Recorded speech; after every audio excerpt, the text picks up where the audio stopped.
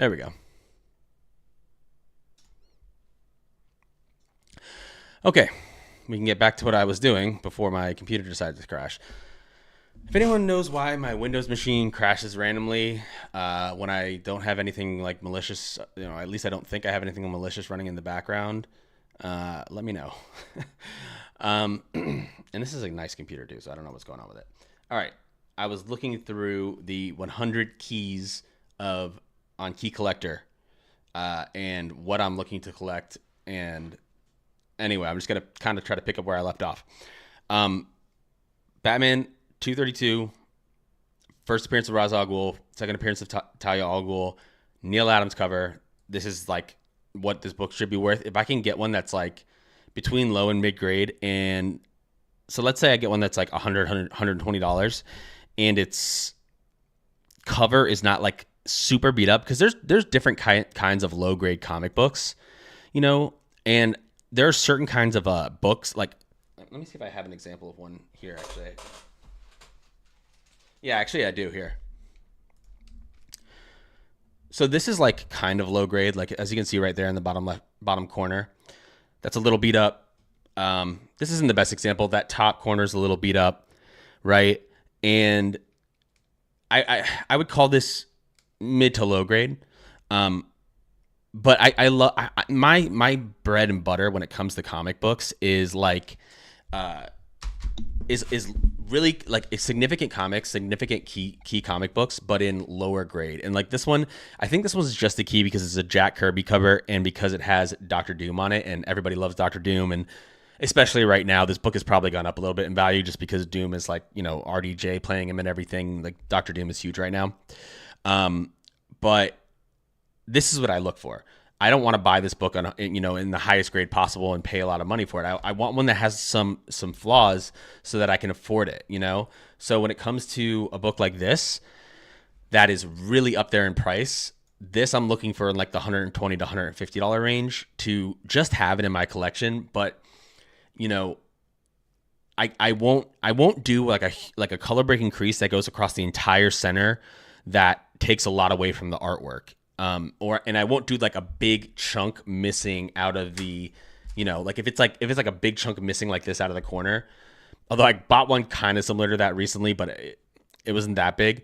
I typically won't do that. Oh, here's a good example. My wife is grabbing right now. Now I still think I want to upgrade this copy, but like it has this little chip right here. And besides that, this is in great condition. And this is one of my favorite Kang covers of all time. That's Kang the Conqueror right there.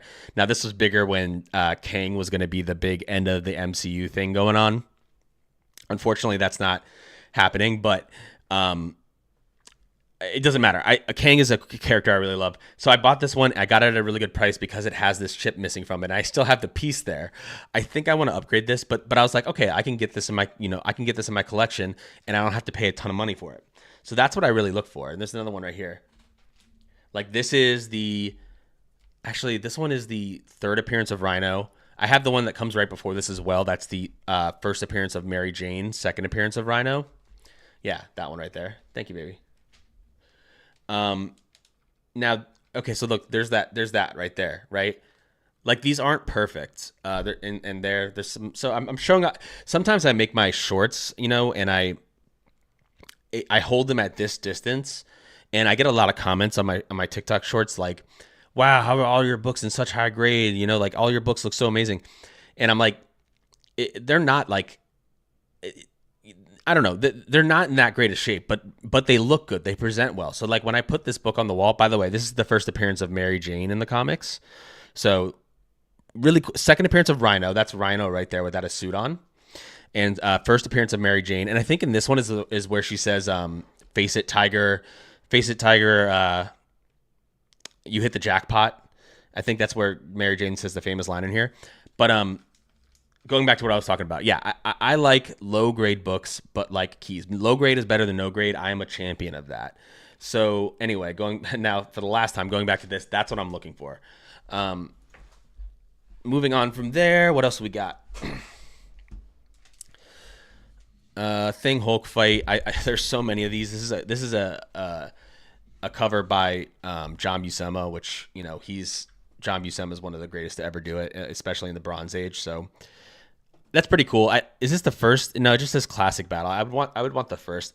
This one's interesting. This is where the Bronze Age started to get like the Bronze Age of comics is where comic books started to take on more serious stories, like more writing that had more like carried more weight than just like wacky stuff. Don't get me wrong. I have the Justice League bronze. I have a bunch of the Bronze Age omnibuses, and some of those stories can be a little campy and stuff, and just like silly and action packed and stuff. But like the Bronze Age is when you got stuff like this, which is like a serious topic. This is a here. I'll say it right here. And it's a pioneering story arc that confronted the topic of drug addiction, which led to the more realistic, relatable stories in comics. So they credit this book with opening up comics to like being more I don't know, more deeper stories, which is why I would like to get this one in my collection, and this is definitely in my price range.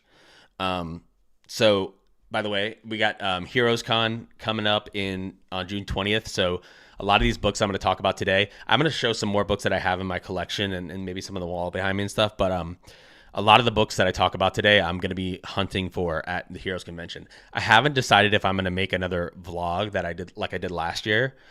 If I do, it'll probably just be a little shorter, and I'll probably do like a haul or whatever. What I get at Heroes Con. If you don't know, Heroes Con is one of the largest comic book conventions on the East Coast. It's in Charlotte, and it's very much focused on the comic books themselves. It's the comic book writers and the artists and stuff that all go, and it's one of the best places to find like rare comic books.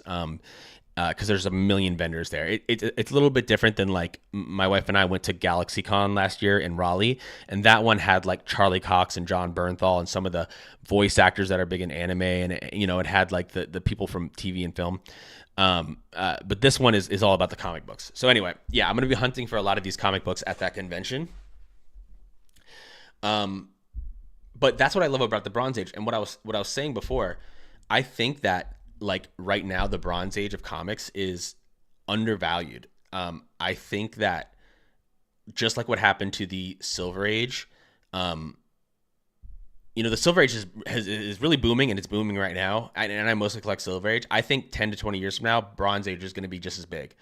I would hope, but it depends on how you look at it. Because a lot of people, there's some people that just don't like the Bronze Age. So I don't know if they're ever going to, but yeah, that's okay. That's that book. That's a cool key. Definitely in my price range.